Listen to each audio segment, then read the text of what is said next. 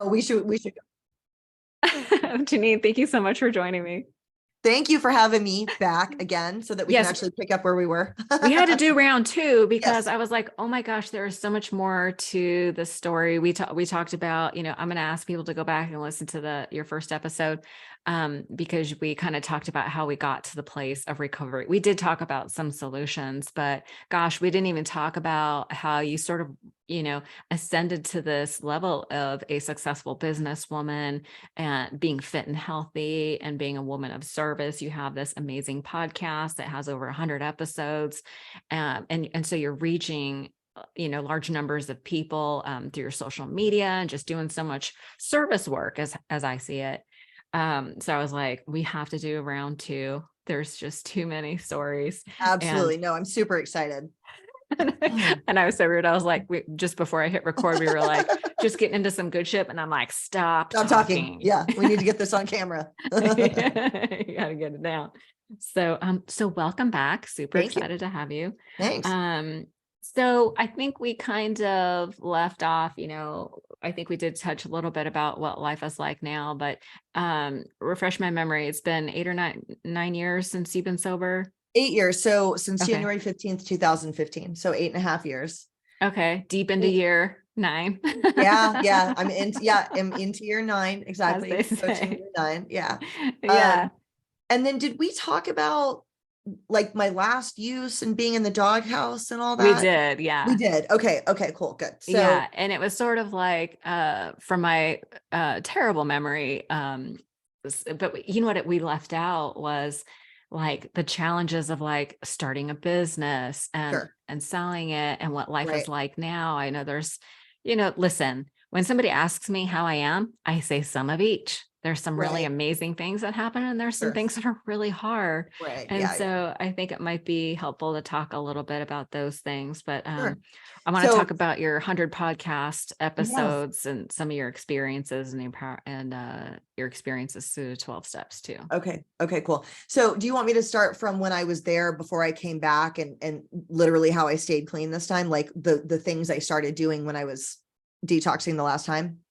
Yeah. Let's talk about like the beginning part and So, and I think this part is important because this was the part that I could not get past or even begin to believe would ever be different, because I was so I had nothing at all. And I probably said this last time, but I didn't even have an ID, like my mom who lives here was like, well, maybe we can go to the Social Security office and I have my ID and I can swear an affidavit and say that I gave birth to you on this day in Florida. And we can prove that you're a human.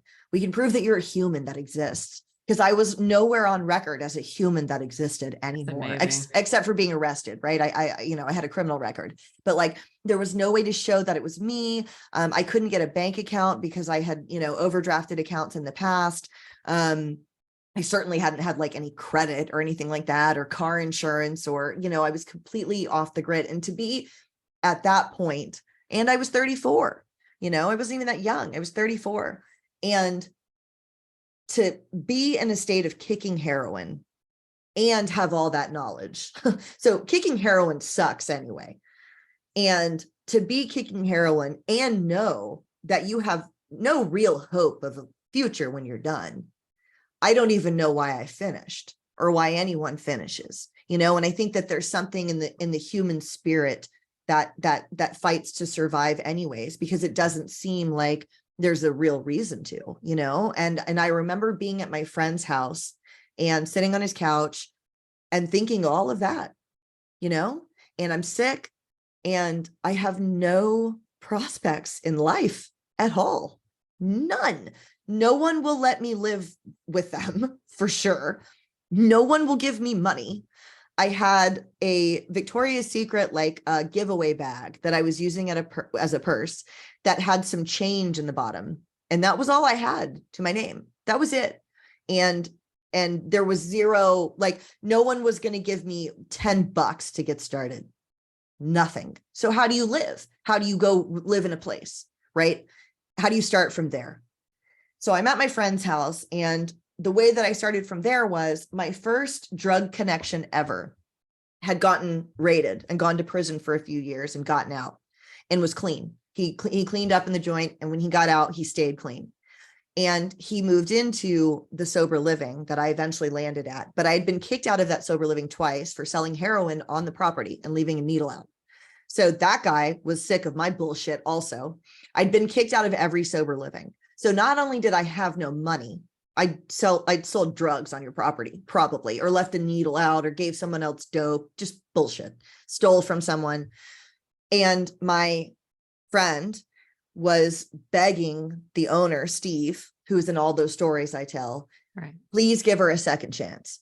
And I include that because, you know, he was my first drug connection, and he was helping me later, you know, because like drug dealers are typically just addicts who are trying to sustain their habit, you know, like they're not necessarily these evil people, and they get assigned that sometimes, but he was just like a guy who was also strung out. So he was acting on my behalf, and I was calling my sponsor every day and talking to her. And my sponsor is amazing. My sponsor's name is Rachel, and she had sponsored me for like a year prior. So she's been my sponsor for like almost 10 years, even though I'm coming up on 9, because she sponsored me through relapses and, you know, never gave up on me. And I realized recently, like in recent years, I was chatting with my co-host on my podcast, and she was like, oh, so you already knew Rachel. And I'm like, oh yeah, I already knew Rachel, you know. And when I got back, and I like to include that because, and I'm not to jump ahead, but when I got back, I was walking to meetings, and same thing, my co-host was like, oh, okay, so you knew where like the meetings were nearby. And I'm like, oh yeah.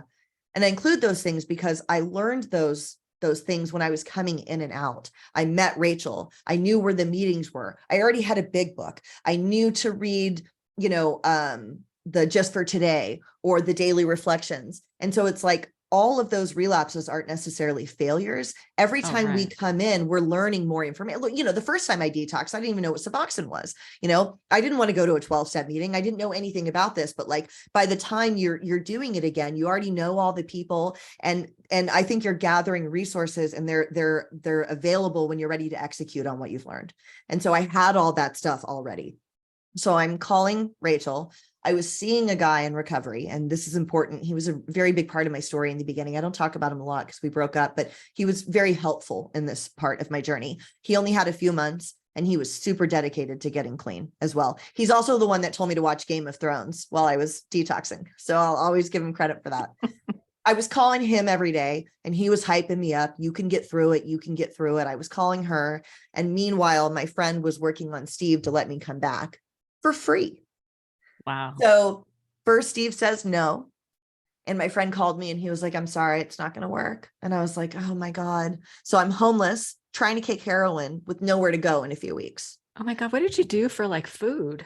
My friend gave me food when I was at his house. My friend saved my life. I don't always say his name, but I don't think he would care. His name's Larry. And, you know, he's a Marine. He's a staff sergeant in the Marine Corps. And he is the one that picked me up from the doghouse, and he fed me and took care of me for 2 weeks. He bought me cigarettes and candy and ibuprofen, and he cooked like giant pasta meals every night because I was so skinny. And, you know, and let me like smoke in his house next to the fireplace. And he took care of me and drove me back when I was done. So he completely took care of me. And thank God that I had him, you know, at that time. So and that's why I like there is something to be said for like the tough love aspect, of course, coming from my parents, but like without Larry, I don't know what I would have done. You know what I mean? Thank God I did have him. He was the one that I called from the doghouse, and he said, what are you doing? I'm back from Afghanistan. And I said, I am living in a doghouse, and I think I'm going to die. And he came and picked me up the next day. It was like a 2-hour drive. He drove far to come get me. And I was sitting outside. He had to buy me shoes. Like after a few days, he came home from work with Skechers, with a pair of Skechers, and he set them on the table. And he was like, I picked you up some shoes. And I was like, oh, you didn't have to do that. And he was like, no, but I did, because you were only wearing one shoe when I picked you up. And I was like, get the fuck out. No, I wasn't. And he was like, Jeannine, are you serious? You had on one shoe. And I was like, no, I didn't. And I run to the guest room where I was staying and look through everything, find one of the shoes. I'm looking for the other one. And I'm like, holy shit. Not only was I wearing one shoe, it was a boot. It was a high-heeled boot. So And you didn't know it. and I walked from the doghouse to Burger King. No wonder they kicked me out of the Burger King. I didn't think I looked that bad, but like I obviously looked like a homeless person. I had one high heel boot on, and I'm like, oh, I have no recollection of this happening. So I was in the Oh my doghouse with one God. shoe on, cruising around town with one shoe on, and he was like, "No, but I did have to get you shoes." So he bought me a pair of Skechers. So, Bless his heart. Thank bless God for his heart, he Larry. saved my life. Yes. So I Okay. need to Okay. hear some of this sometimes too. But Yeah. so finally, after like, I don't know, 10 or 11 days, my friend gets back to me. Steve has reconsidered and will allow me to sleep on the couch in the living room for $300 a month. And I can move in without paying it up front. Wow. Yeah. And, you know, Oh, take a deep breath.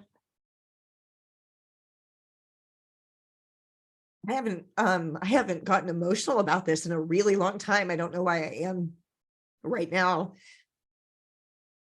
The grace of some of the men in my life that saved me. Mhm. And I know they say in programs, stick with the women, stick with the men, but like some of the men that saved my life, Yeah. like I don't know where they found the grace to help me. Always as friends, always platonic. Every one of these people I'm talking about, there was no relationship with. I stayed in the guest room at Larry's house. Mhm. You know, never had a relationship with Steve. They just, I don't know, but I think I'm emotional because you get to the point where, no one believes in you anymore, Right. because why would they? And it was obviously God's grace that inspired Steve to let me live there again. It Yeah. had to have been. Of I'd gotten course. kicked out twice, and I had a horrible reputation in town for being a brat too. I was difficult. People thought I was difficult. And I probably was. Listen to me, 8 years later, I'm still in denial. I'm like, oh, they thought, of course I was difficult. I was shooting heroin in everybody's sober livings in North County, San Diego. Like, of course I was difficult, getting dropped off by dudes and you're not supposed to know where they are, like all the wrong things. So my friend reached out to me and said, Steve is going to let you in for $300. And I thought, okay, so my friend Larry brought me back to San Diego and brought me. The first thing I did was it was Super Bowl Sunday, and I met up with that guy that I was seeing, and we went to another friend of mine in NA, my friend Jack. We went to his house. He was having a Super Bowl party, and then Steve came and picked me up from the Super Bowl party and brought me back to the sober living. So it was a sober event that I went to that night. And Mhm. I only knew sober people at that point. And I think this is important. I was immersed in recovery community. I Yeah. had no other friends. So the guy that I was dating was in recovery. The guy whose house we were at was in recovery. I knew no one else outside of, I will always be grateful for the people in North County Coastal Narcotics Anonymous. That is all that I knew. That's it. I had no other friends. And I think that really helped me. Recovery was my whole world, and so Yeah. for someone Yeah. that's like really struggling, full immersion is probably what's necessary. It was absolutely necessary for me. So, he brought me back to the sober living and said, because I didn't even have the money for that. And then I got a food stamp card. I got my food stamp card. And I did have a phone because they would give you like a welfare phone so that you could get a job. And that's why some of those services are really important. Like I used them for the things that they were for. Mhm. And my sober living had food from donations. So, because it was Wow. like a homeless shelter. So when I got there, we all had like homeless kits where they would give you toothbrush, toothpaste, and Larry had bought me a few things too. And there was food that was donated. So I ate the donated food because it took a few days to get my food stamp card. Which I'd actually already had a food stamp card, but I had sold it for heroin, of course. So I just had to Mhm. get it replenished. So I had my food stamp card, and then I got a bus pass, a discounted bus pass. And I think my mom maybe gave me the $35 for the bus pass so that I could start going to work. Somebody would have had to have given me that. So I did get a Right. discounted bus pass. Still no ID, no bank account. And I had done one thing before I left. I had gotten on Craigslist, and I used to go on Craigslist and look at people hiring spin teachers, because the thing that actually carried the most pain for me was the idea that I would never teach fitness again, more than anything else, more than my family, more than being afraid of being overdosing. I would sit on other people's phones and look at people hiring and think I would never work again. And that was the most heartbreaking part to me, was that I would never teach spin again. And so while I was strung out, before I went to the doghouse, I'd gotten on Craigslist, and somebody was hiring a spin and bar teacher, which I teach both. And I'd emailed her, and she set up an audition. And I, of course, couldn't make it because I was strung out on heroin, but I did text her, and I made up some lie about why I couldn't make it. Came back, and Larry also gave me a laptop. He gave me a computer. He had a second computer that he gave me. So I'm on, I forgot about that till right now. So I'm on his computer, and I thought, I wonder if that woman would see me again. So I reach out to her, and her name is Jana, and she ended up being in my wedding, and we still work together to this day. But I reached out to her and said, hey, I'm back. I'm so sorry. Could I meet with you again? And she said, sure, of course. So that weekend I had an audition, and the guy I was dating drove me. I auditioned, and I was still a very good instructor, which I'm grateful for. Through all of these bouts of homelessness and heroin use, I could still teach. My music, though, was from 2010, because it was the last time I heard music. So it was 2015, and I had an old iPod that didn't go online. I had never heard of Spotify, and I had all music from 2010. And I played it and sang, and my friend Jana was like, oh, so like a little throwback vibe. And I was like, totally a throwback vibe. And after a few weeks of teaching, she saw me with my iPod and was like, are you buying music on iTunes? And I said, yeah. And she was like, do you know that there's something called Spotify? There's a streaming service. And I was like, oh, and that's what everyone else is using. And I was like, oh, okay. So she showed me how to like use Spotify and make playlists. So I got the job. I started like 2 Saturdays from then teaching a half spin, half bar class. And so, took the bus down there and taught my first class. And like the second week it sold out. And from the jump, that studio, I'm actually going to get the coordinates of that studio tattooed on my other arm. That studio, week 2, it sold out. And the women in that class, they were so amazing to me. Like after every class, because I was wearing, they loved me, and I was wearing, and it was a really nice area, and I was wearing clothes from the donation bin. I was wearing like, but you can't really tell if it's fitness clothes. It was just like black pants, you know what I mean, and like a sports bra. But they were from the donation bin at my sober living. And Jana would give me clothes too. She had no idea, by the way, I was living in a sober living. No idea. I didn't tell her. Right. And they didn't know I was taking the bus. I would like walk around the studio so that nobody would see me. Right. And the clients loved me right away. And these women, these affluent, rich ladies, loved my classes and wanted more. And so within a few months, I had 16 classes a week on the schedule. 16. And yeah. And I picked up a few other gigs too, as long as they were on bus routes. Okay. And so I was going to check cash places at first. I was able to finally get a state ID somehow. And gee, I wish I could remember. You know what? I think it's because I had a record of the DMV. I was able to go, and they had my picture from before. And I was able to get my birth certificate somehow as well. I was able to get my birth certificate. Yeah, I think my mom got it. And I have my social security number. So with all that, I was able to put it together. But I was going to check cash places and operating with cash, or one of those like pay as you go cards. It's called like the Go card. It's like a green dot card from CVS. That's what I was using to buy things.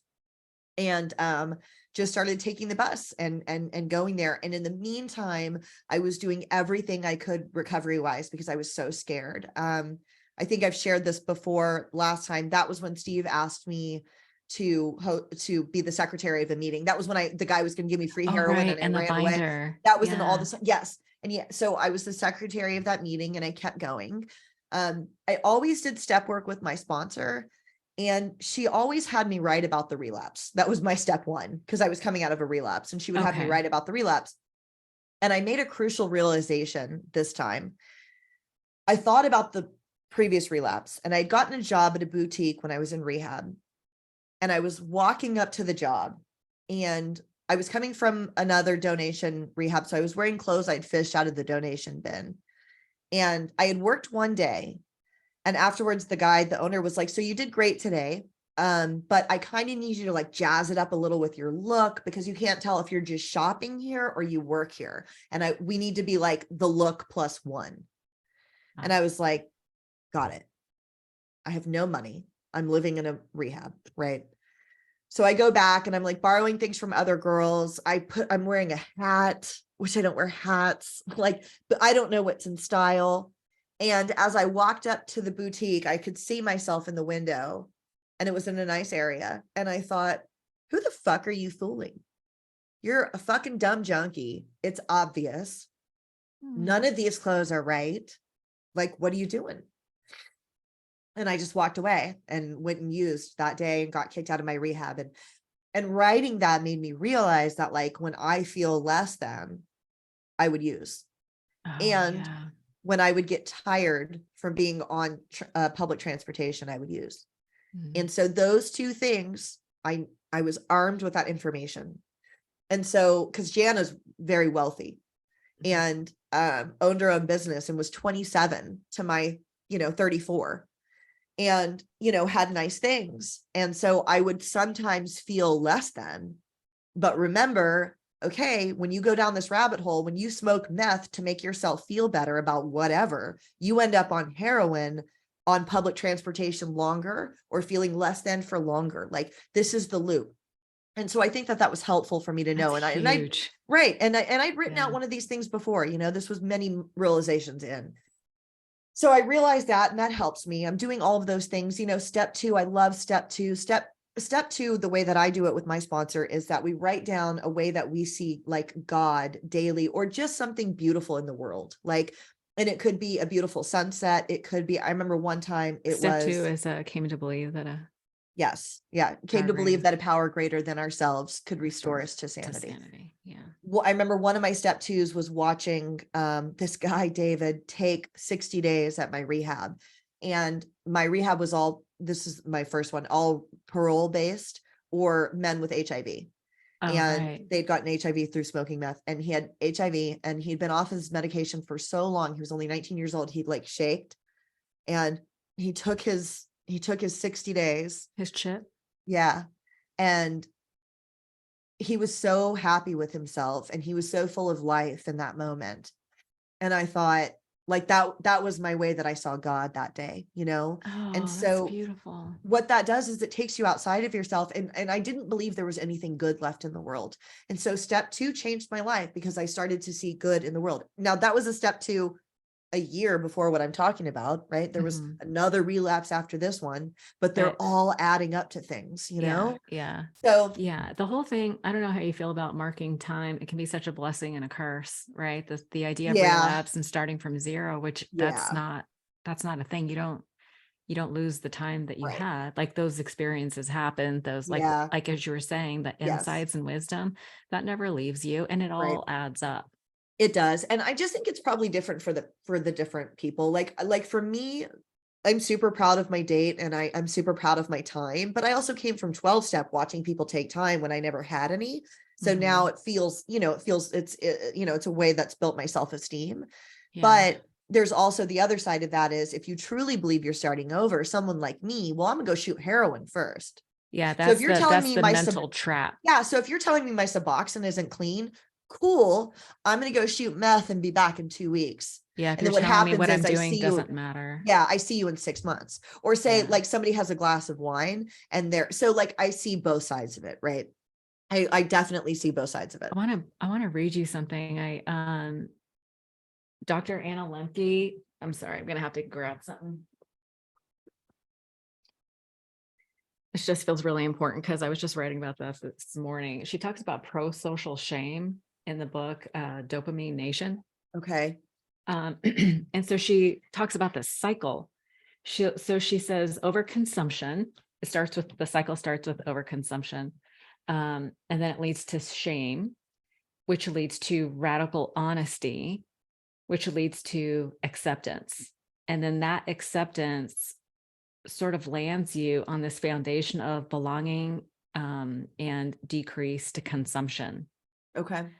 So I just thought it was really interesting, because we talk about shame as being bad so much. And Right. because we're talking about, it's not that I did something wrong, is that I am wrong. Right. Yes. And you'll hear people talk about being broken. Yeah. Yeah. Right. And in my mind, I don't like that word broken. No. I prefer to think of it as deeply wounded, because we Yeah. can heal from that. Yeah. But Wounded. we know that now, right? We know that now. Yeah. After all the things you and I do, the books we read, what we've consumed, right? Yeah. At 34, coming out of the doghouse, I absolutely felt broken. And you mean literal doghouse, by the way. A You've mentioned literal the doghouse. Yeah. Yeah. If you haven't heard the first one, you Yeah. lived in a literal doghouse. Yeah. So, I'm doing step work and going to that job. And that studio was crucial. It gave me so much self-esteem back. And again, I had taught at other places before. I had gotten clean time and taught before, but I never had an experience like I had at that studio. Was that It was life community? changing. Yeah, the community. It was life changing. Yeah. And You it were at a built place around me, which was weird because it had already been open for a year, but somehow, and now I know it was like fated. And I don't mean that to sound egomaniacal, because the reason became clear later why it was me. Yeah. It started to build around me, not even my friend, right? Yeah. It was building around me, and that became clear. And girl, I'm telling you, a good instructor, I used to do Soul Cycle all the time, and I had two favorite instructors. It's life changing. The two instructors that I'm thinking about built a community. Yeah. Yes. They attracted, for sure. They attracted this community of women in Palo Alto. It was right next to, it was in the Stanford shopping mall. Right. And it attracted this community of women. I have never experienced a community like I did around these two fitness instructors at Soul Absolutely. Cycle. And that's what can happen. And ideally, as an instructor, that's what you try to cultivate. I'm doing that again now at the studio that I'm at now. Yeah. So this community builds up, and at 7 months, so I managed to save up $1,000. So I finally pay Steve my $300, because I hadn't even paid him yet for the first month, right? So eventually I get caught up. I pay him the first month. I pay him the second month.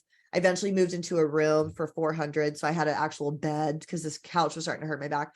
And I saved up $1,000. And at like the 7-month mark, I had my friend Steve take me to like a tow yard to see if I could buy a car. And $1,000 was nowhere near buying a car. Nowhere near, I needed at least double that. And I went back, and I was so defeated because it had been 7 months of taking the bus, and like the bus doesn't go everywhere. Yeah. And the bus doesn't go everywhere. So it's like, I was limited on how much money I could make. I needed more money to make more money so that I could buy a car. I could only get where the bus went. Right. Yeah, that makes sense. 16 classes though. Did that take a toll? I mean, that sounds like a lot. Like, it is a lot. Plus I was walking there on the bus. I was very tired. So you were very tired. I was very tired. You must have been in like the fittest. Does teaching that many, this is kind of off topic, but does teaching that many classes start to deteriorate your, like, do you just have to consume a lot, or? Yeah, it definitely deteriorates your body. I don't do it anymore, and I wouldn't do it again. Right. You don't recommend it, but you had to do what you had to do in the beginning. The most you should teach is probably 8 in terms of spin. If you're coaching a boot camp or something, you can teach more, but if you can walk around, if you're doing it with them, the most you should really do is 8. I teach 5 now, which is great for me. I don't want any more than that. But I needed that. I needed that money. I also loved being there. I loved being there. So it was like, fine, there's so much science around supporting the idea of fitness as an antidepressant and re-regulating your neurotransmitter circuits, and there's so much so much that it does for you, in addition to the community, which we can kind of get into detail too more if you'd like. But so I get back, and I didn't get a car. And I called my dad, because that's the other thing I like to include in early recovery. I think you need a couple of like 911 people that you can call, who will answer, who can talk you off a ledge. And I had that this time in my father and my sponsor, Rachel. And I called my dad, but you got to actually call him, right? Which only happens when you get to the point where you don't want to use. Because if you want to use, you're not going to call them, right? Yeah. So like there's a crucial element that has to be there. Yeah. So I called my dad, and I was like, man, like, I'm nowhere near getting a car, And he was like, Nina, I can hear it in your voice. Like, you just got to keep going a little bit longer, And I was like, okay. The next day, I was at my studio and I was in the back talking to this woman that had worked out there for a while, and nobody knew I was in recovery yet. Talking to her, and she was like, "Hey, do you want some extra money? I need some accounting work done for my husband's business." And I said, "I would love to, but I don't have a car right now, so I probably wouldn't be able to get there." And she was like, "Why don't you have a car?" And I said, "Well, I had a story prepped." I was like, I have one. I had one, but it was like in the shop, and it's just going to be like really expensive to fix because I didn't want anyone to know what had happened. Sure. And she was like, "Oh, well, I have a car that you can have." That you can have. And I went, "What?" And she was like, "I have a car." And I was like, "Oh, I have some money, but I don't have like a lot of money." And she was like, "No, I'll give it to you." What? And I went, "What?" And she was like, "It's my mother-in-law's car. She's not supposed to be driving anymore, but she keeps driving. You can have it." Oh my God. And I didn't even know what to say. I Girl, was that's a like, spiritual experience right there.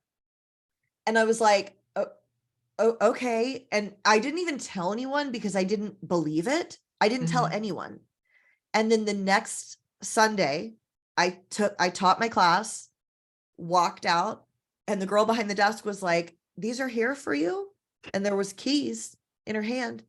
And I took the keys and looked out in the parking lot, and there was a Nissan Maxima, it was a 1999, it was an older car, sitting in the parking lot. Oh my Bro, she God. gave me the fucking car, dude. That is She a gave me the crazy. car. Yeah, uh-huh. Can I tell, we and I have so many similarities. It's driving me nuts. I'm taking all these little notes like, oh my God, that happened to me. That happened to me. That happened to me. Like I slept on my couch the first 30 days at my mom's house because she had a Did you? roommate. She Yeah. had to give him. And then, but the car thing, I was like it was one of those moments where I was like like I was using my ex-boyfriend's car and I had to give it back when I first Yeah. got sober. Yeah. We broke up. I moved in with my mom and slept on her couch and I had to give his car back. And I was like, I do not know what I'm going to do, but you know what? God has a plan. I wasn't even like, me and God weren't exactly BFFs yet. And I was like, I'm just going to trust. And I just Wow. completely surrendered and let That's go. not And what I did. girl, that is not, do you know the But next day my dad comes over, my grandmother had decided that she was going to start relinquishing some money to oh, her wow. kids. She gave my dad $10,000 and my dad decided to split it between me and my sister.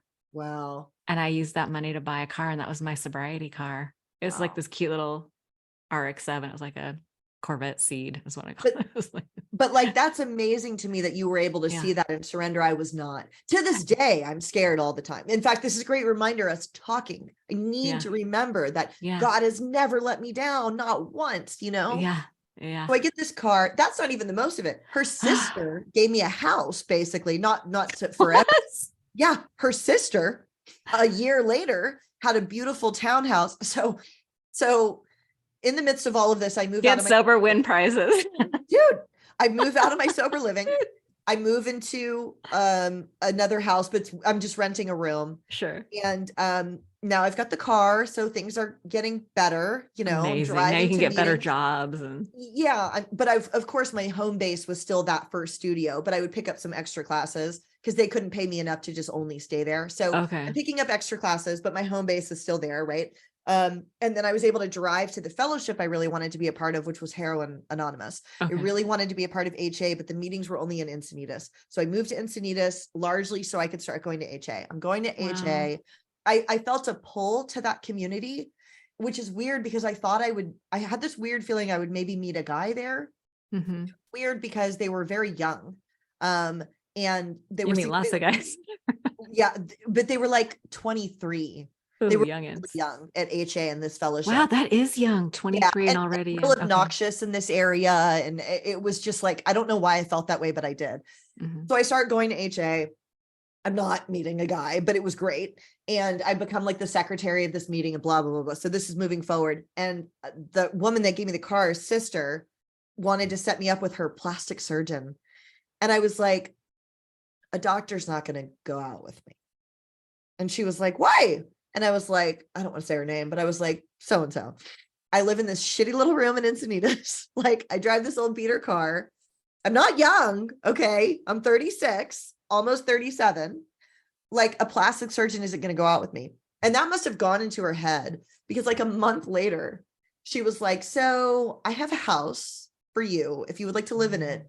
She owned this beautiful townhome in the neighborhood I now live in, which is called San Alejo Hills.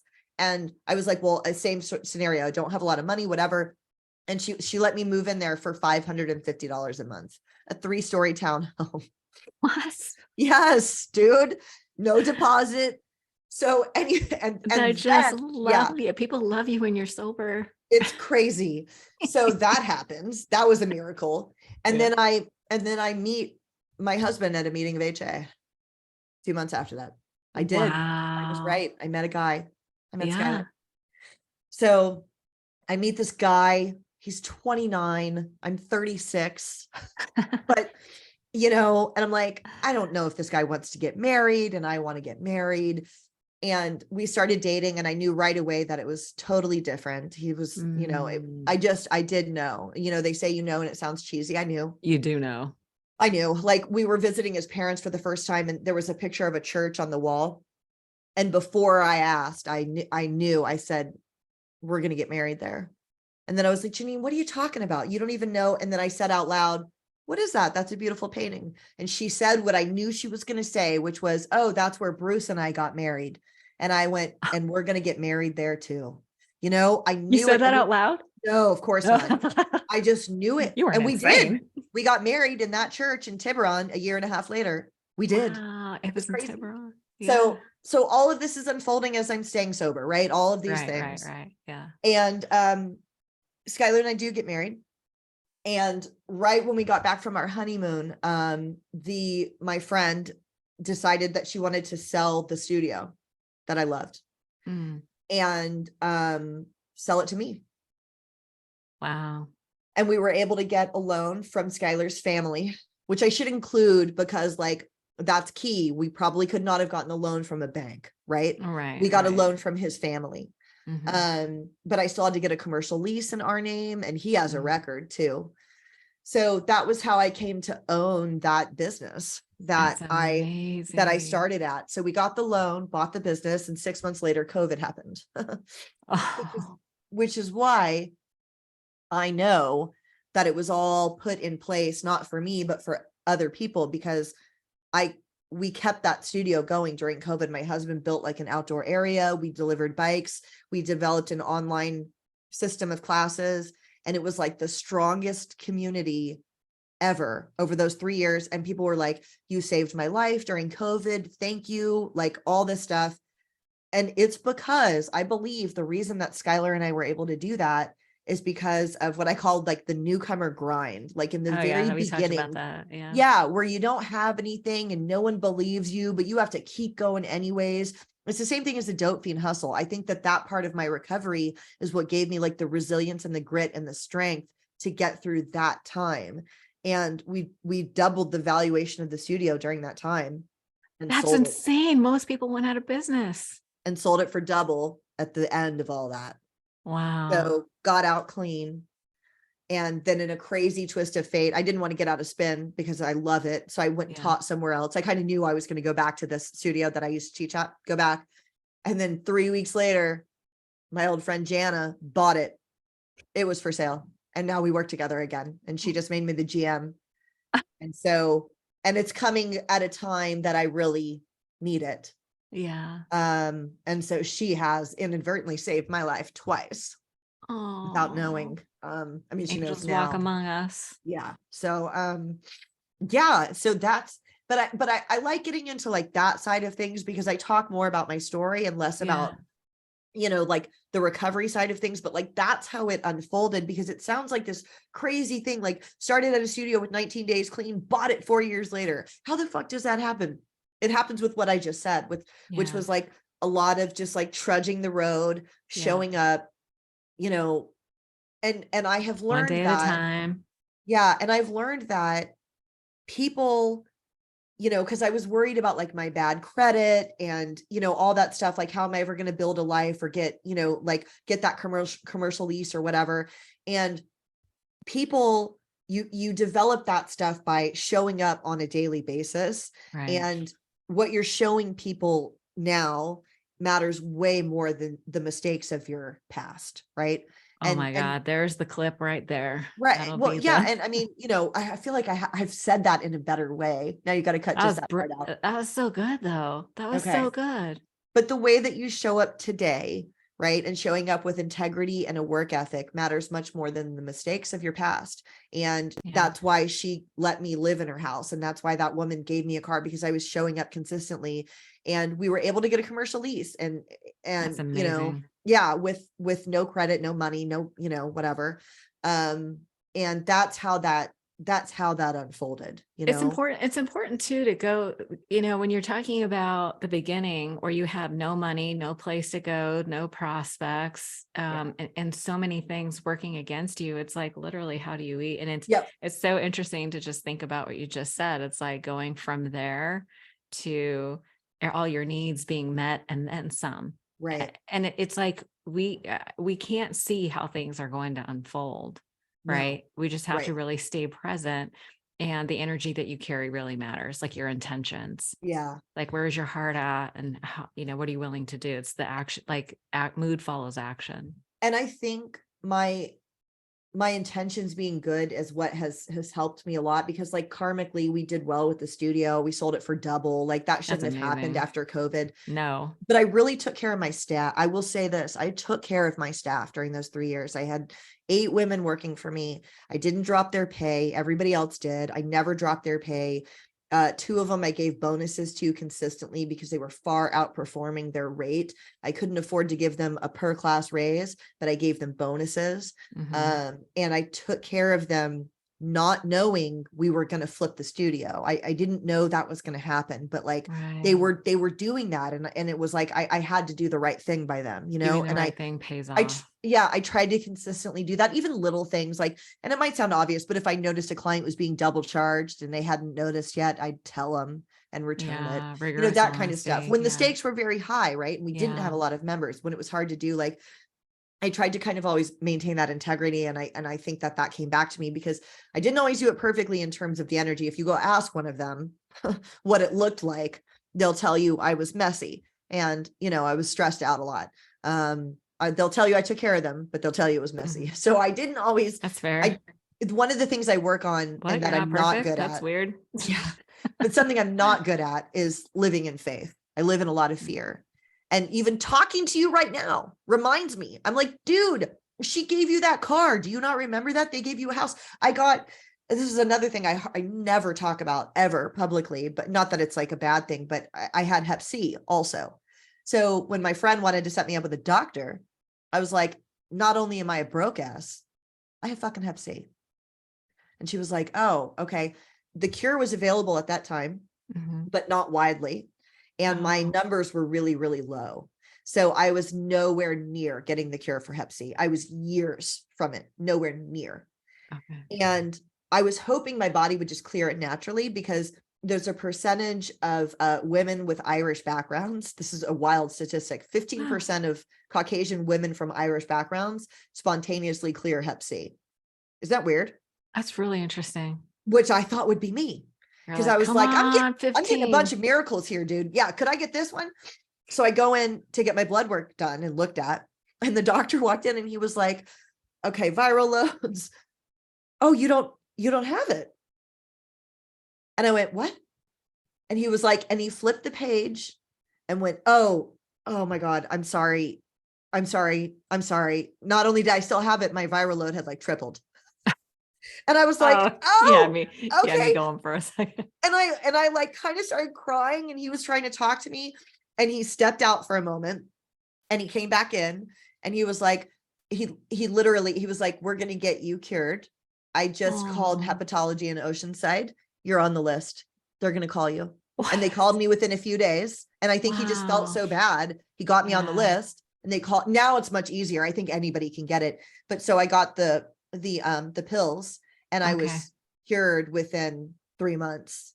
taking the pill. So I don't have that anymore. But so like that was a That's part of all of amazing. this too, you know. So at these, in my mind, these are like spiritual experiences. Yes, And they are. I started to keep a journal of spiritual Yeah, experiences because it is so easy to fall asleep to the magic totally. that's in the world. Totally. Yeah. Right. It's so easy our brains are designed to focus to predict danger so that we Yes. survive. Right. Right. And so we do have something called a negativity bias. Yeah. And what it does is they say fear is, ego is edging God out, but it's like that fear does eventually edge out all the Totally. miracles that Yeah. happen. So Yes. it's important to sort of like keep these things. And I have like a list of badassery I keep in my top Yeah. That's a drawer good to, idea. That's a good idea yeah, because I forget so easily.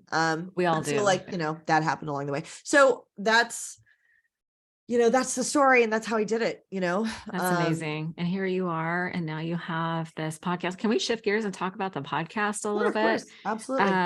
100 episodes is nothing to sneeze at. I mean, it's tough to, It is, it's hard to do. it's a lot of work and you really have Yeah, to it's be a lot of work. dedicated. It's really a labor of love because it ends up being Yes. a kind of expensive, Yes. an Totally. expensive Totally. hobby. Yes. So maybe you can share some of the, as a podcaster, sometimes you get to meet some really amazing people, Yeah. right? And Yes. hear some amazing stories. Are there any stories that kind of jump out at you that you remember as having like a spiritual experience as you hear these stories?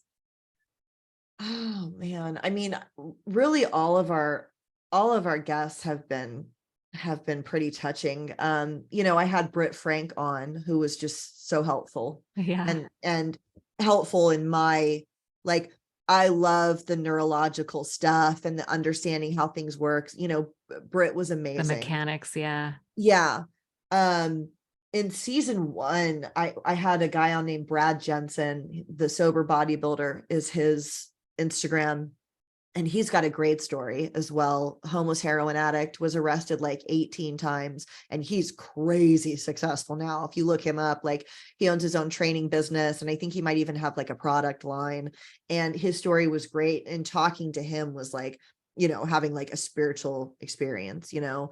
We've had some real funny guests on, like Chris Stewart, who you had Yeah. on, you Yeah. know, he's kind of like changed his messaging a little bit, I think, to be more mature, but I caught him early when he was like ripping it with the stories. And, you know, and my Yeah. co-host Nate, my co-host Narcan Nate, and I, you know, Nate's a great guy. My first co-host Kim was great. I mean, you know, I've met a lot of really great people. Yeah. And then branching off from that too, I've made other contacts. Like I was talking about Dave from Dopey, who I love. Another That's guy, amazing. Doug Bopst from from the Adversity Advantage. We've connected, and he's someone that I work with to try to like, you know, get better, and he's helped me craft emails. Like the podcasting world has been very, you know, it's given back to me a lot, you know. But I just felt this like, and the reason I started the podcast was in 2020, towards the end of 2020, like as COVID was happening, I just was suddenly struck by, if something happened to me, I have not said enough about kick and heroin. You don't have to die a dope fiend. And I haven't said that. I need to tell people. And I suddenly felt like it'd be like if I'd escaped a burning building and there was like water, buckets of water on the porch, and I don't pour them on the house. I just leave. And I felt that. And I was like, I've got to talk about this. It was like this overwhelming sense of needing to share that aspect of things. And I had a friend that started it with me, which was great. My friend Kim, she's a therapist, and we started it together. And yeah, it's been, you know, I mean, like you said, it's a lot of work, right? It's a lot of work to do all like, and I was doing the editing. I only just got an editor recently.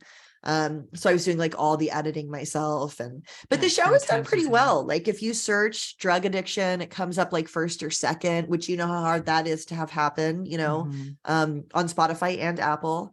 So I'm proud of what we've done with the show so far, you know. Yeah, no, you're doing really, I mean, you're doing great work, and anybody who is putting themselves out there has a special place in my heart because I know how terrifying it can be. You know, the episode I would recommend is Rachel Bea's episode, which was she talks about the steps. She talks about step 6 and 7 in like this mind changing way. And I loved it. She had a great story. It's a long one. It's a long episode, but I love How chatting. long is it? Like a couple hours? Yeah. No, like an hour and a half. Oh, okay. I try to keep them like an hour and 15 and under. Yeah. But you know how it is, especially, sometimes we just start going. Yeah. In my last one, I just interviewed Erin Carr. I don't know if you know who she is. She's in recovery, wrote a book called Junkie, or Strung Out. Junkie is Amy Dresner's book, I think. Strung Out. And we spoke for like 3 hours. And my editor was like, "Are you too fucking serious?" And I was like, just cut it down the best you can, bro. Sometimes it's okay to just let those things fly the way they are. People are listening to the whole thing. You know how it gives you the average? I was like, oh, the average on this is going to be terrible. The average is the length of the episode. Yeah. An hour and 40 minutes. And I'm like, all right, well, people are in for the ride, I guess. No, I mean, if you look at podcasts like Tim Ferriss or Rich Roll or Joe Rogan, they go hours. Yeah. I have, on a couple of occasions, I think the Rich Roll Andrew Huberman episode was 3 hours. I think I listened to it, like, I'm not joking, like 6 times in its entirety. Totally. It was so dense. I've done that with a few Huberman podcasts as well. Actually, I love him. I actually have not listened to him on Rich Roll, but I will. And Rogan's I listen beginning to end. I know a lot of people are not fans of Joe Rogan, but I am, and I'll listen to his beginning to end. Well, I think he's a wildly misunderstood character, but I do too. He's actually quite progressive. I think people think of him as this like meat eating, gun toting, meathead bodybuilder, and it's so far from that's the truth. accurate. Well, he eats meat that he shoots on his own. But he's pro-choice, and one of the things I love about him is that he gives female comics in particular a platform, because he thinks that people are harder on women comics, which they are. And so he'll have them on his show. He has them to, like, he gives people a platform. He helps his friends.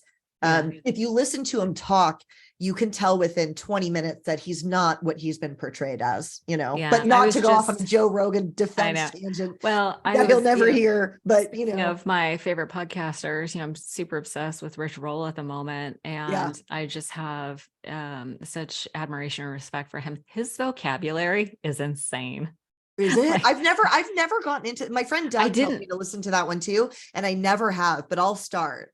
Yeah, I'll send you a link to a good one. I'm going to look, the Huberman Rich Roll one you would like, because it's Huberman, but he is so articulate and has like this vast vocabulary. And Russell Brand on Joe Rogan. You want to talk about a vocabulary. Listening to Russell Brand wax poetic about anything on the fucking fly. I know. I sent it to my dad. And my dad called me afterwards and he was like, wow, that dude's smart. I was like, I know. And my dad was like, I didn't agree with anything he was saying, which I knew my father wouldn't. He's super conservative, very right-wing. Okay. I knew he wouldn't. And I was like, Dad, I knew you wouldn't, but was he or was he not incredibly intelligent and amazing to listen to? And my dad was like, no, he was so smart. I don't think I've ever heard a smarter guy. They say that you can tell there are like people listed by the amount of words that they use historically, like the most intelligent people. And I know Eminem is up there really high. He's used like more words that are available in the English language, English language. Obama is up there really high. And like Abraham Lincoln, I think there's up there really high. Like they've charted. And Russell Brand. And Russell Brand should be, if he's not, they should redo it. Yeah, no, that is really interesting. But Russell Brand on Joe Rogan. If anybody's listening for a request, looking for a request, first go listen to Chasing Heroin and listen to all of Arleno's episodes. But then when you're done with all of that, Chasing Heroin, by the way, is the name of my podcast. I don't know if I said that yet, but Heroin, as in the female version of female hero. Yes, the female hero. Yes. Yeah. Very good. Yeah, no, we'll leave links to it. I think we'll have to also tag this episode as podcasts we love. Yeah, totally. There's so many, I mean, podcasting I love as a medium is amazing. Yes. I haven't been able to wrangle social media and build a platform there. Mine is definitely in the podcasting universe because I've been doing it so long. Yeah, it's hard. I got really lucky with TikTok. I had a couple of things hit, and the comedic aspect of being a drug addict. So funny. You're hilarious. Well, knowing the funniness of being a damn drug addict worked in the end. You know what I mean? I'm like, I can make jokes about shooting heroin for the rest of my life if you want. This is what we're doing. Okay. I know. It's like, how is that funny? You would have to go look at your TikToks. I'll leave a link. What is your, what are they calling it? A handle? What is the name of your TikTok Chasing account? Heroin on TikTok. But as you and I were discussing, so anybody that goes to look it up, it's going to say you can't find it because Yeah. they They don't like that word. Yeah. But you can Google Chasing Heroin TikTok and it comes up right away. I think I found it by looking up your name.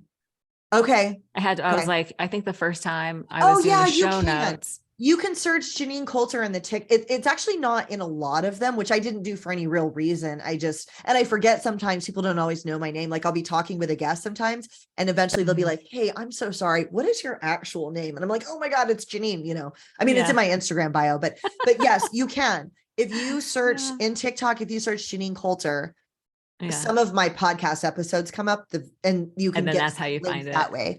And there's a link in my Instagram bio.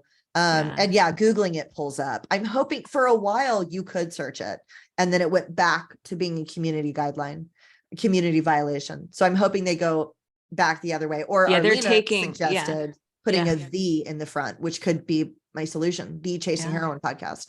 Yeah. Because hopefully as you were typing out THECHASI, hopefully it would just populate. Yeah. You know what I mean? Sooner. Yeah. Because it does come up pretty high on the option, Right. Yeah, that's, but I'll leave links in the show notes. Okay. All your things so people can find you. Gosh, I feel like we've covered a lot of ground today. This was so much fun. I love talking to you. We could obviously, I love chatting with you. We could go on and on. I know. We'll have to make a date to catch up just on Zoom. Well, I'm seeing you Wednesday for my show. That's right. So yeah. So I'll be on your podcast on Wednesday. So I'll see you day after tomorrow. Right. Totally. I'll probably see you on Zoom.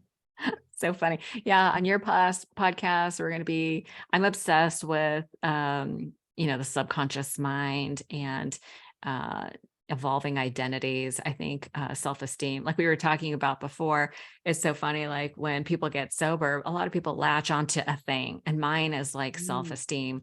I teach a class on self-esteem, and the premise of the class is that we only allow into our lives what we believe we deserve on a subconscious level.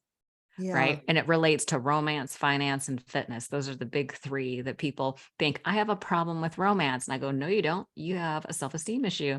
I think I have a money problem. No, you don't. You have a self-esteem issue. You don't feel like you're worthy or deserving. Interesting. Yeah. I would be the money person. I'm still broke as shit 8 years later. Yeah, that's all mine. I got some savings from that sale of the studio, but not as much as we should have. You know what I mean? Yeah, I hear you. Listen, easy come, easy go. That's my thing.